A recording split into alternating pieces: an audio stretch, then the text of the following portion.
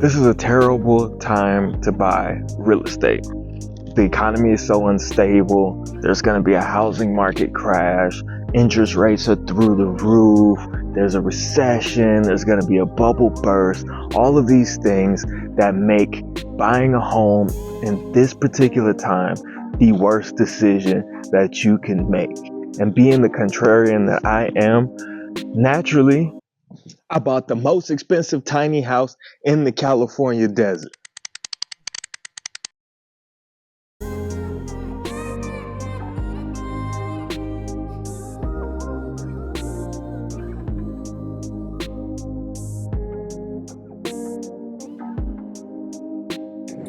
So my favorite part of the day is when I'm going home. It's time to leave.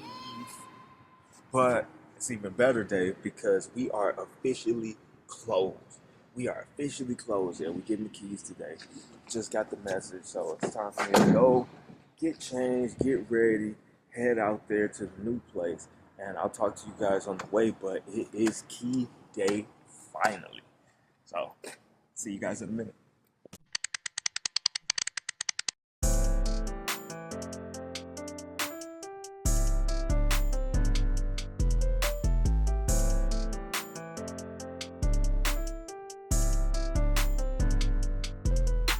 Okay, so now that we're about to head over to the new place, um, I want to address a couple things, especially about me wanting to leave my 9 to 5 at the post office. I've had a lot of people tell me in the past, like, "Oh, it's a great job. Don't leave. You know, the benefits, the stability. It's worth it. You get to retire and have a 401k and all of these different things, and it'll be worth it in the future." I just I don't think we're living in that day and age anymore. And I think that's why it's really important to not tell everybody your dreams or your goals. Because some people just can't see past the dreams and goals that they have for themselves. And you don't want that to, stick into your mind or take over your thoughts about things that you know you desire or you want. Don't let your brain be infected with other people's ideas, limitations, goals. You want to make sure you're talking to a few people that can give you that real constructive criticism, call you out when you shouldn't really do something, or give you encouragement when you really do want to, even if it really doesn't make sense to them. And not everybody is gonna give you that. So you have to really be careful with who you tell things to. And it's not even always coming from a place of negativity. It's just some people can't see what you can see because they don't feel what you feel. And the way I feel about a job like that, I'm grateful. It did a lot of positive things, put me in position, allowed me to start business after business. I've tried other things that, of course, may not have worked out, but every step of the way, you gain some tools that you could use on the next project, the next side hustle, side job. And I've built up a nice little toolbox of tools that I plan to take to this and use on this property and hopefully other properties in the future and grow and expand. And I'm grateful for that. The post office has given me the opportunity and the ability to do that where I might not have. And so I'm grateful. I'm definitely grateful. During the pandemic, there was stability there. I was able to work. I worked actually more hours than I ever worked in my life during that time. And that's something that you aren't always going to get. But there are some downsides. You know, a government job like that, there's a lot of politics. You have a lot of people, and I don't want to get too political, but there are a lot of people who are in positions that they don't deserve to be in because you have the right relationships with the right people. And with a job like that, where it relies on government funding and a little bit of its own revenue, there isn't a real incentive to make decisions that are gonna be cost effective for the business.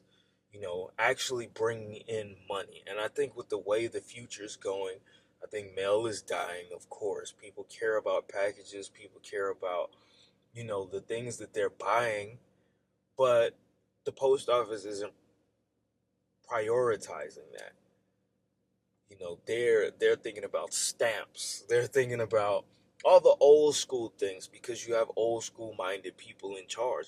Again, people who aren't worried about making the most revenue or, you know, introducing the new ideas that are going to take us into the future. They're reactionary. They're reacting to what's happening at the moment or 10 years ago.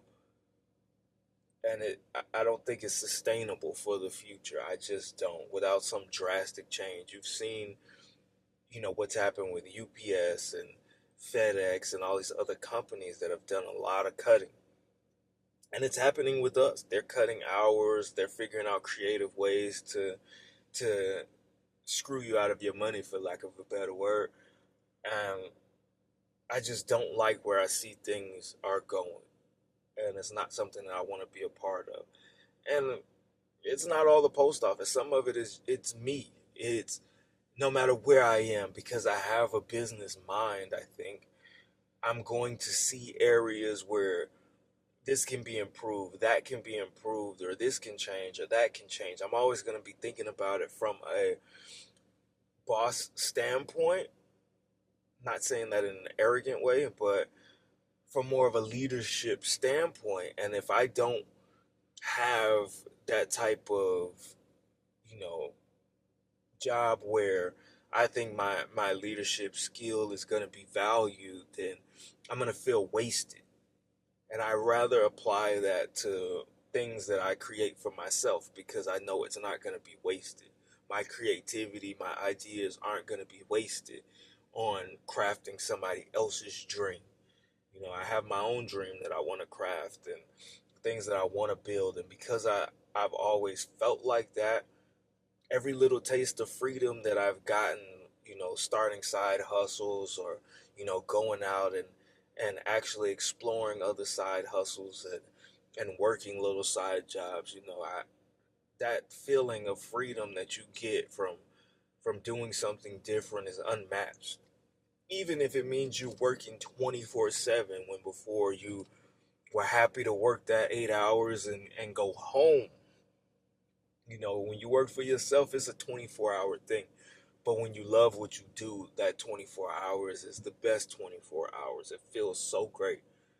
And I know that feeling isn't the same for everybody, but for me, that's what it is. And that's one of the reasons I'm making the decisions that I am. And you know, eventually I'm going to have to let this post office thing go and not feel bad about it. And that's really why. That's the why behind what I'm doing.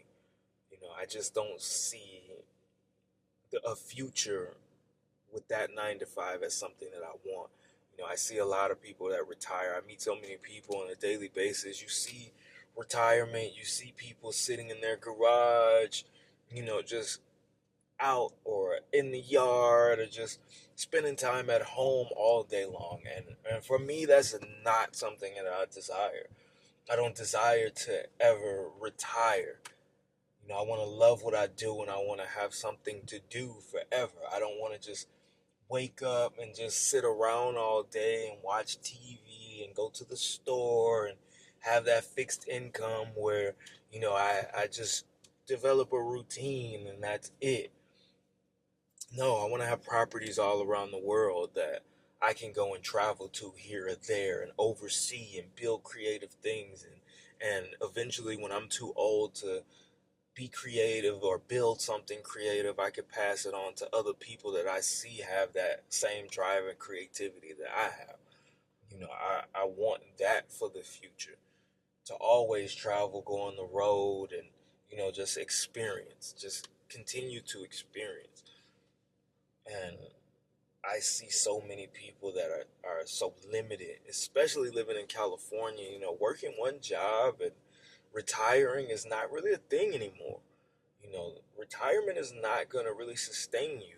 I see people who are living, their retirement is just paying for their medications every month. I deliver so much medication that it's thousands of dollars that people are spending that I just can't see being affordable or realistic. So many people have to go and get little jobs here and there when they should be enjoying themselves because they have ridiculously high property taxes or just medical bills that are through the roof, which is another reason I've been on the health journey, which I'll talk about at a different time. But I've been on a health journey for the past few years because I'm deciding what type of senior citizen I want to be, even at this point. What person do I want to be when I'm old or retired or, years down the line? And what don't I want? And what I don't want to be? So all of that culminated together to be the reason that I'm making the decisions that I'm making. And hopefully things work out. There's always a chance that they won't. But I'm going to put everything into it until, I see that things will or won't. And if I need to pivot, do something different, I'm going to do it. I'm just going to keep going, keep working, keep trying. And I'm going to enjoy the trying part because that brings me peace and happiness, and not be so let down by the failures or even so excited by the wins. It's the journey, to be honest. The feeling, the experience, the stories that the experience creates. So let's get into this experience. Okay, I know you guys are ready to see the house and not me talking anymore, but I have to show you guys this. Like, this is one of the reasons that I love this property so much, because the ride, it can be a little intimidating because it is a long drive, and thinking about doing that drive every day is a lot, but you get this view. It's beautiful out here.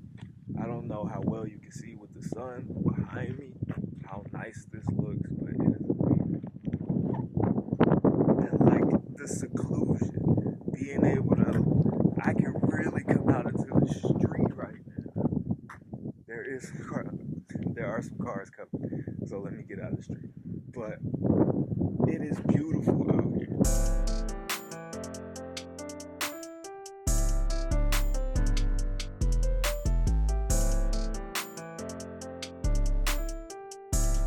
We are officially here.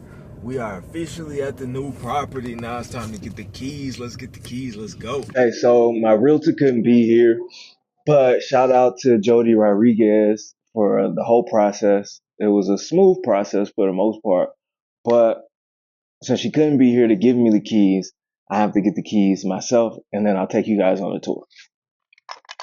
I can't show you the combination.